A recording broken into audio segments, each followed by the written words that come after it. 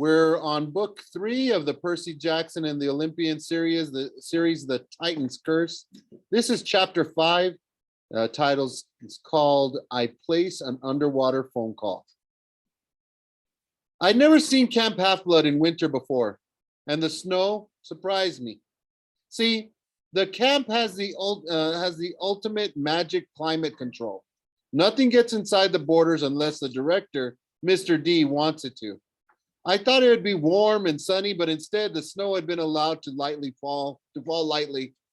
Frost covered the chariot track and the strawberry fields. The cabins were decorated with tiny flickering lights, like Christmas lights, except they seemed to be the balls of real fire. More lights glowed in the woods. The weirdest of all, a fire flickered in the attic window of the big house where the oracle dwelt, imprisoned in an old mummified body. I wondered if the spirit of Delphi was roasting marshmallows up there or something. Whoa, Nico said as he climbed off the bus. Is that a climbing wall? Yeah, I said. Why is there lava pouring down it? A little extra challenge. Come on, I'll introduce you to Chiron. Zoe, have you met? I know Chiron, she said stiffly. Tell him we will be in cabin 8. Hunters, follow me.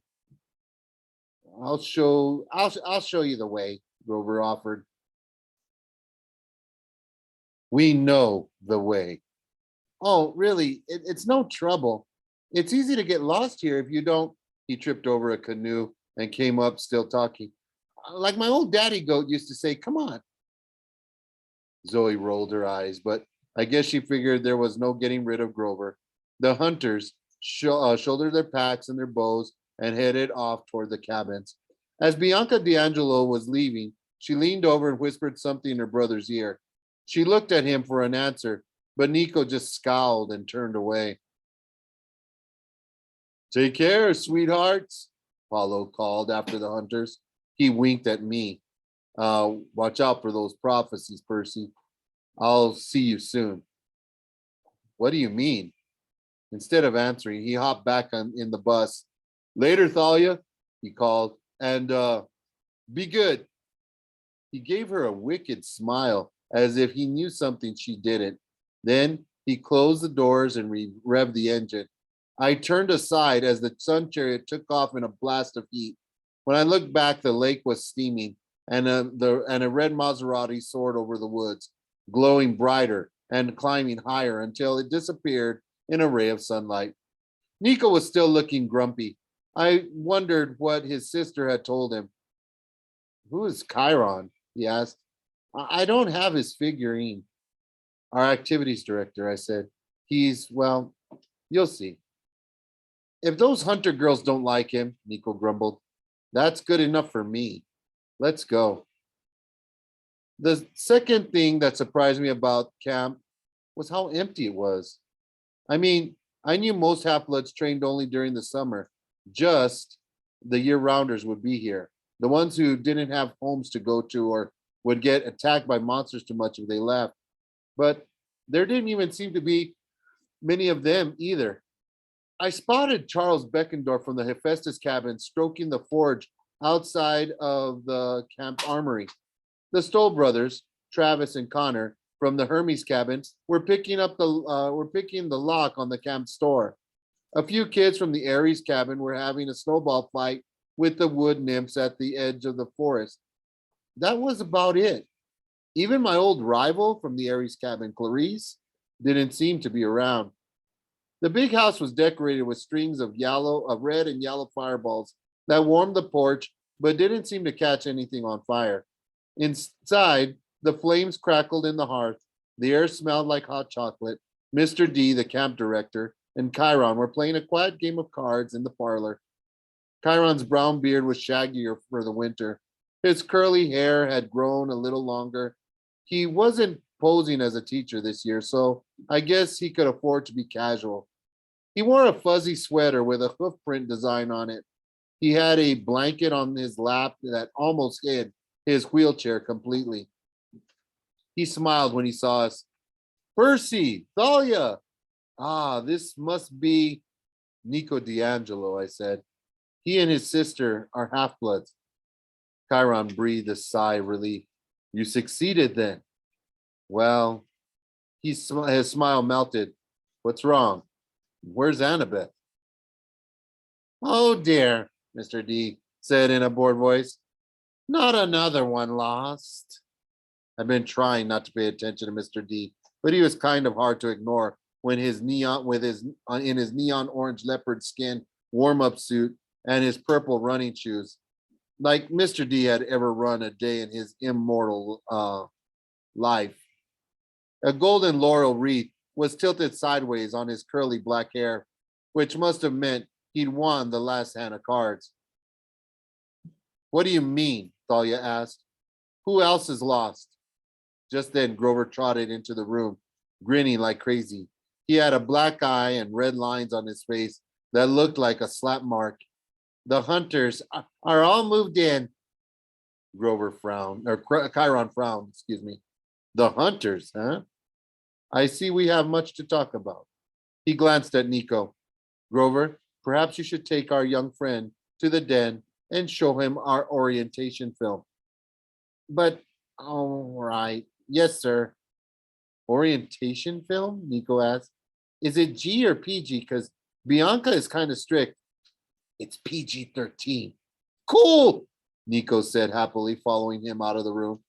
Now, Chiron said to Thalia and me, perhaps you two should just sit down and tell us the whole story. When we were done, Chiron turned to Mr. D. We should launch a search for Annabeth immediately. I'll go, Thalia and I said at the same time. Mr. D sniffed. Certainly not. Thalia and I both started complaining, but Mr. D held up his hand.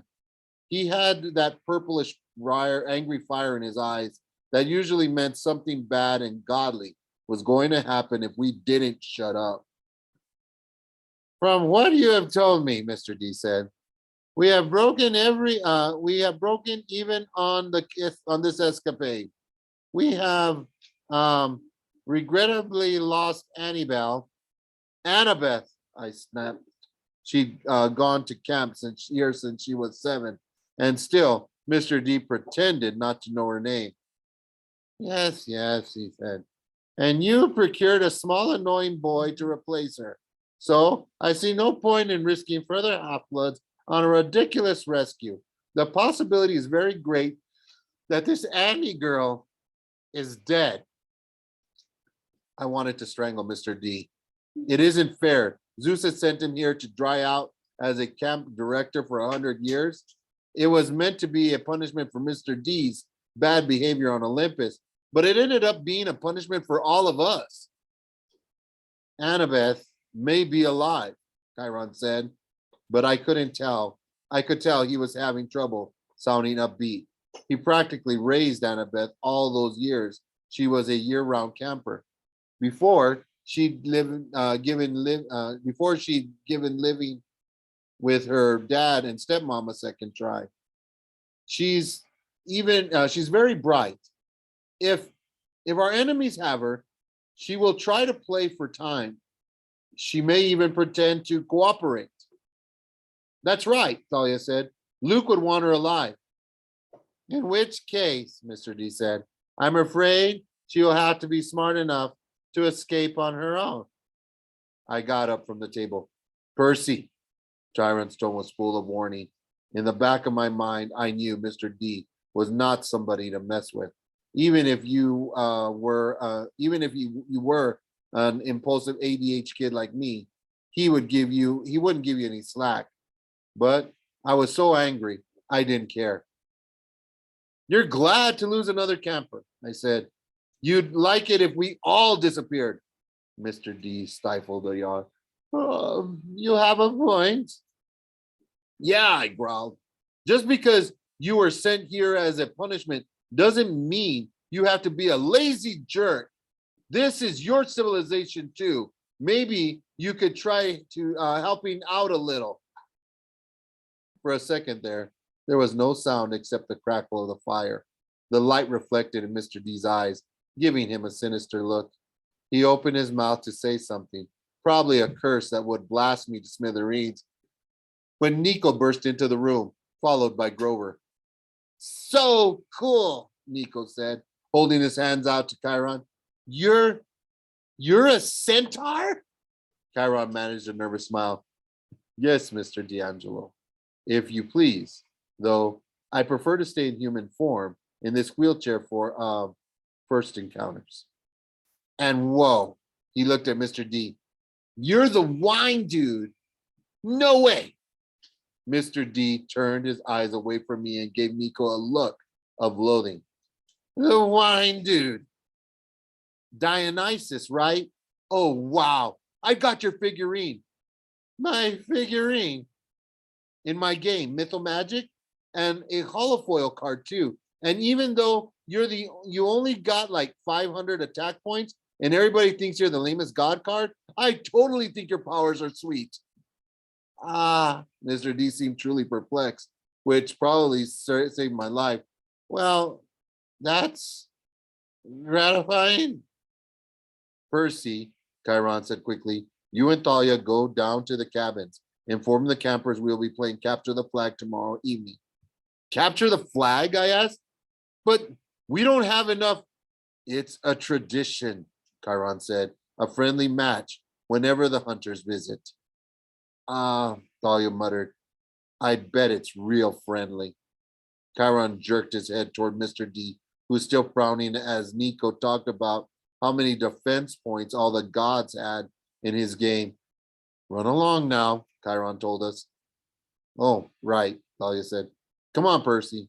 She hauled me out of the big house before Dionysus could remember that he wanted to kill me. You already got Ares on your bad side, Thalia reminded me as we trudged toward the cabins. You need another immortal enemy?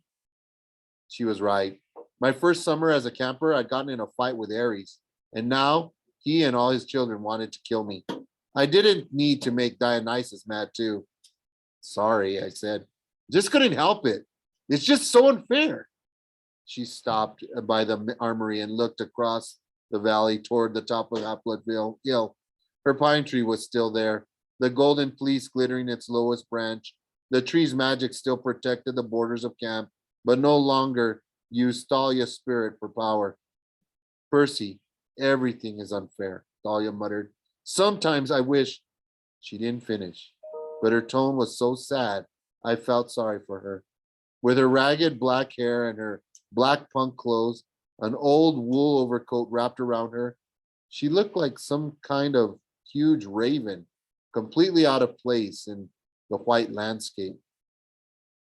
We'll get Annabeth back, I promised. I just don't know how yet.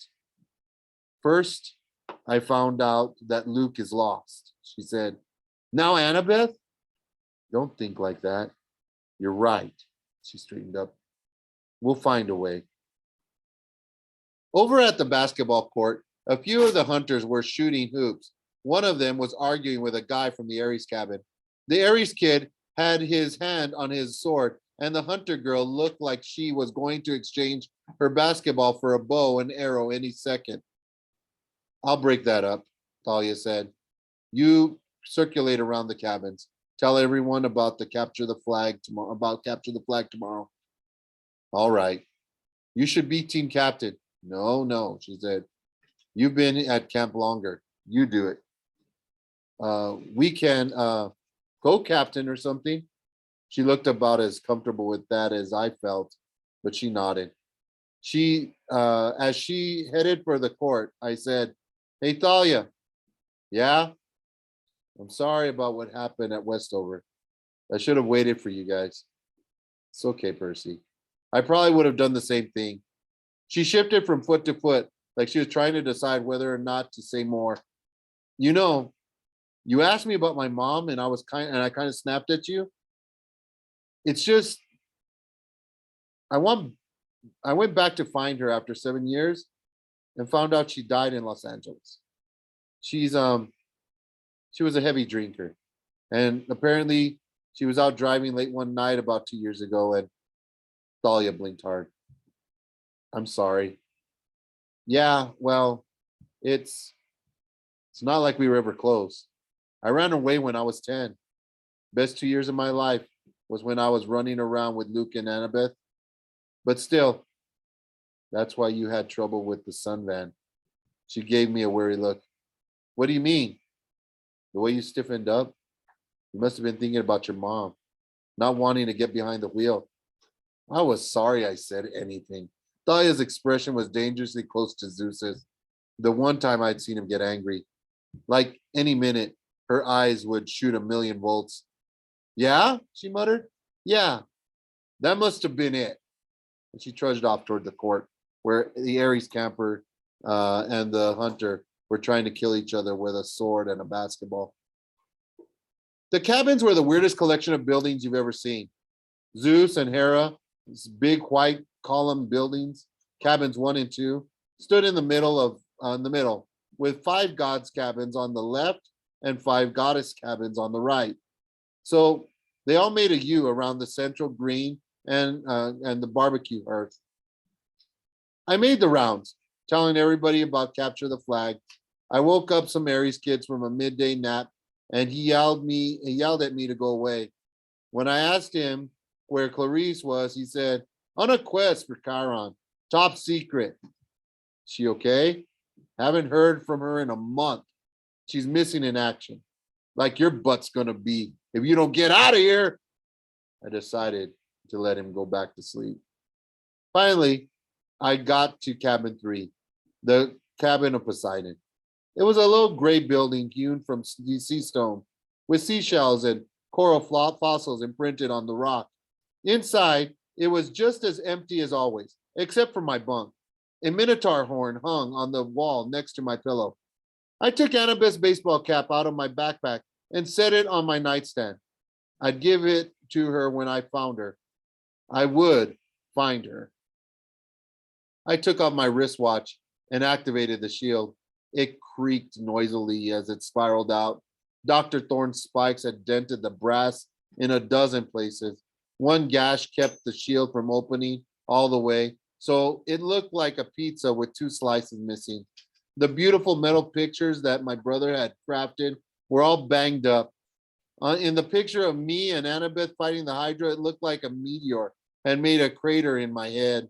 I hung the shield on its hook next to the Minotaur horn, but it was painful to look at now.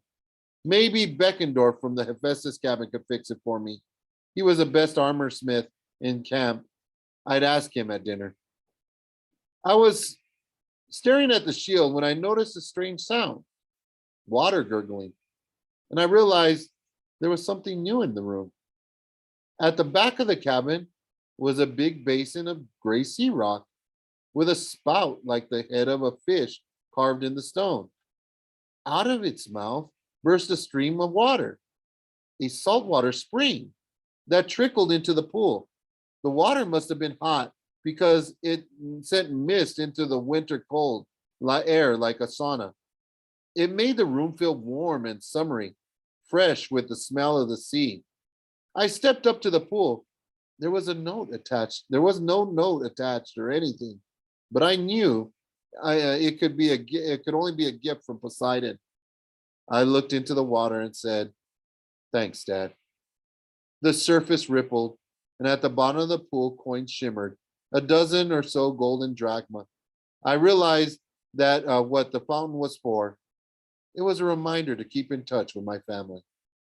I opened the nearest window, and the wintry sunlight made a rainbow in the mist, and I fished out a coin out of the hot water. Iris, O goddess of the rainbow, I said, accept my offering. I tossed a coin into the mist and it disappeared. Then I realized I didn't know who to contact first. My mom? That would have been the good son thing to do, but she would be worried about me yet. She was used to me disappearing for days or weeks at a time. My father, it had been way too long, almost 2 years since I'd actually talked to him. But could you even send an Iris message to a god? I never tried. Would it make them mad?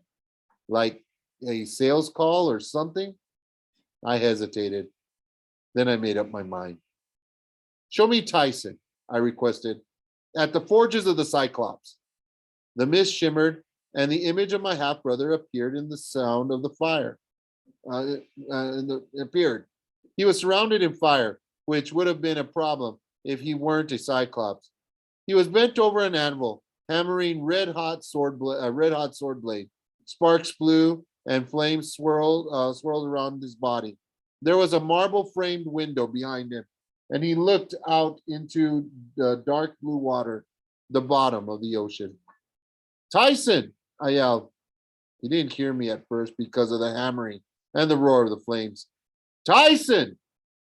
He turned on, and his one enormous eye widened. His face broke into a smile, into a crooked grin, a yellow grin. Percy!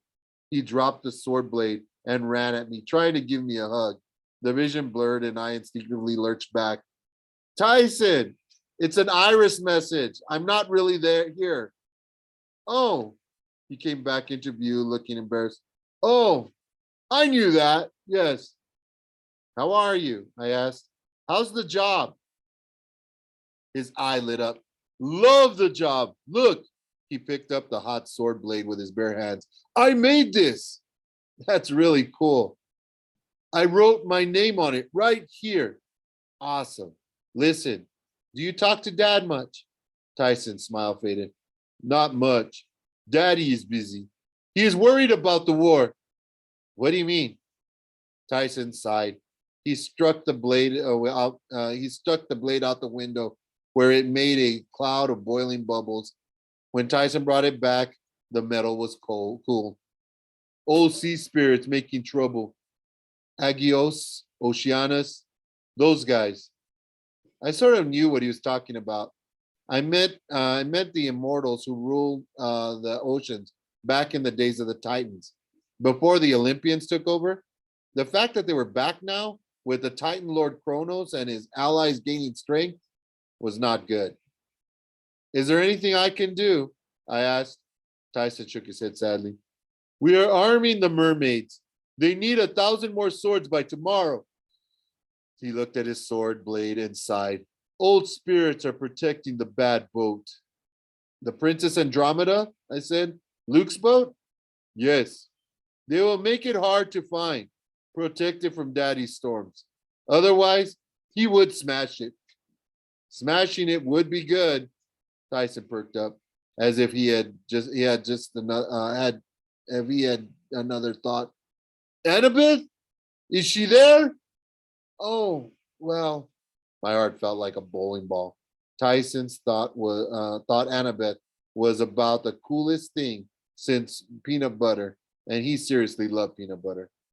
I didn't have the heart to tell him she was missing. He'd start crying so bad he'd probably put out his fires. Well, no, she's not here right now. Tell her hello, he beamed. Hello to Annabeth. Okay. I fought back a lump in my throat. I'll do that. And Percy, don't worry about the bad boat. It is going away. What do you mean? Panama Canal. Very far away. I frowned. Why would Luke take his demon-infested cruise ship all the way down there? The last time we'd seen him, he'd been cruising along the East Coast, recruiting half-bloods and training his monstrous army. All right, I said, not feeling reassured. That's good, I guess. In the forges, a deep voice bellowed something I couldn't make out. Tyson flinched. Gotta get back to work. Boss will get mad. Good luck, brother. Okay, tell Dad. But before I could finish, the vision shimmered and faded. I was alone again in my cabin, feeling even lonelier than before. I was pretty miserable at dinner that night. I mean, the food was excellent as usual. You can't go wrong with barbecue, pizza, and a never-empty soda goblets. The torches and braziers kept the outdoor pavilion warm, but we all had to sit with our cabin mates, which meant I was alone at the Poseidon table. Thalia sat alone at the Zeus table, but we couldn't sit together. Camp rules. At least the Hephaestus, Ares, and Herbie cabins had a few people each. Nico sat with the Stoll brothers, since new cappers always got stuck in the Hermes cabin if their Olympian parent was unknown. The Stoll brothers seemed to be trying to convince Nico that poker was a much better game than Mytho Magic. I hope Nico didn't have money to lose. The only table that really seemed to be having a good time was the Artemis table. The hunters drank and ate and laughed, one big happy family. Zoe sat at the head like she was the mama. She didn't laugh much at the others, but she did smile from time to time. Her silver lieutenant's band glittering in the dark braids in the dark braids of her hair. I thought she looked a lot nicer when she smiled. Bianca D'Angelo seemed to be having a great time. She was trying to learn how to arm wrestle from a big girl who picked a fight with the Aries kid on the basketball court. The bigger girl was beating her every time, but Bianca didn't seem to mind. When we finished eating, Chiron made a customary toast to the gods and formally welcomed the hunters of Artemis.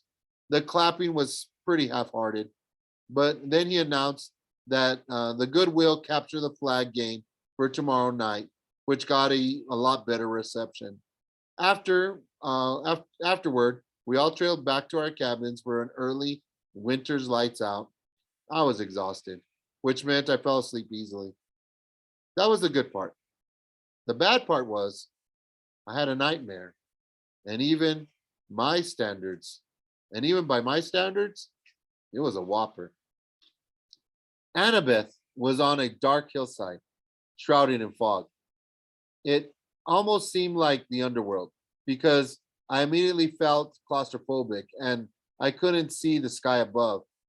Just a close, heavy darkness, as if I were in a cave. Annabeth struggled up the hill. Old broken Greek columns of black marble were scattered around. I thought something had blasted a huge building to ruins. Thorn! Annabeth cried. Where are you? Why'd you bring me here? She scrambled over a section of broken wall and came to the crest of the hill. She gasped. There was Luke. He was in pain. He was crumpled on the rocky ground, trying to rise. His blackness seemed to be thicker. The blackness seemed to be thicker around him. Fog swirling hungrily. His clothes were in tatters. His face was scratched and drenched with sweat. Annabeth, he called. Help me, please. She ran forward. I tried to cry out. He's a traitor. Don't trust him. But my voice didn't work in the dream. Annabeth had tears in her eyes. She reached down like she wanted to touch Luke's face, but at the last second, she hesitated. What happened? She asked. They left me here, Luke groaned. Please. It's killing me. I couldn't see what was wrong with him. He seemed to be struggling against some invisible curse, as though the fog were squeezing him to death. Why should I trust you? Annabeth asked. Her voice was filled with hurt. You shouldn't, Luke said. I've been terrible to you, but if you don't help me, I'll die. Let him die, I wanted to scream. Luke had tried to kill us in cold blood too many times. He didn't deserve anything from Annabeth. Then the darkness above Luke began to crumble, like a cavern roof in an earthquake. Huge chunk of black rock began falling. Annabeth rushed in just as a crack appeared, and the whole ceiling dropped. She held it somehow. Tons of rock. She kept it from collapsing on her and Luke, and with just her own strength, it was impossible. She couldn't have been able to do that. Luke rolled free, gasping. Thanks, he managed. Help me hold it, Annabeth groaned. Luke caught his breath. His face was covered in grime and sweat. He rose unsteadily. I knew I could count on you. He began to walk away as the trembling darkness threatened to crush Annabeth. Help me, she pleaded. Oh, don't worry, Luke said. Your help is on the way. It's all part of the plan. In the meantime, try not to die. The ceiling of darkness began to crumble again, pushing Annabeth against the ground. I sat bolt upright in bed, clawing at the sheets. There was no sound in my cabin except the gurgle of the saltwater spring. The clock on my nightstand read just after midnight. Only a dream. But I was sure of two things. Annabeth was in terrible danger, and Luke was responsible.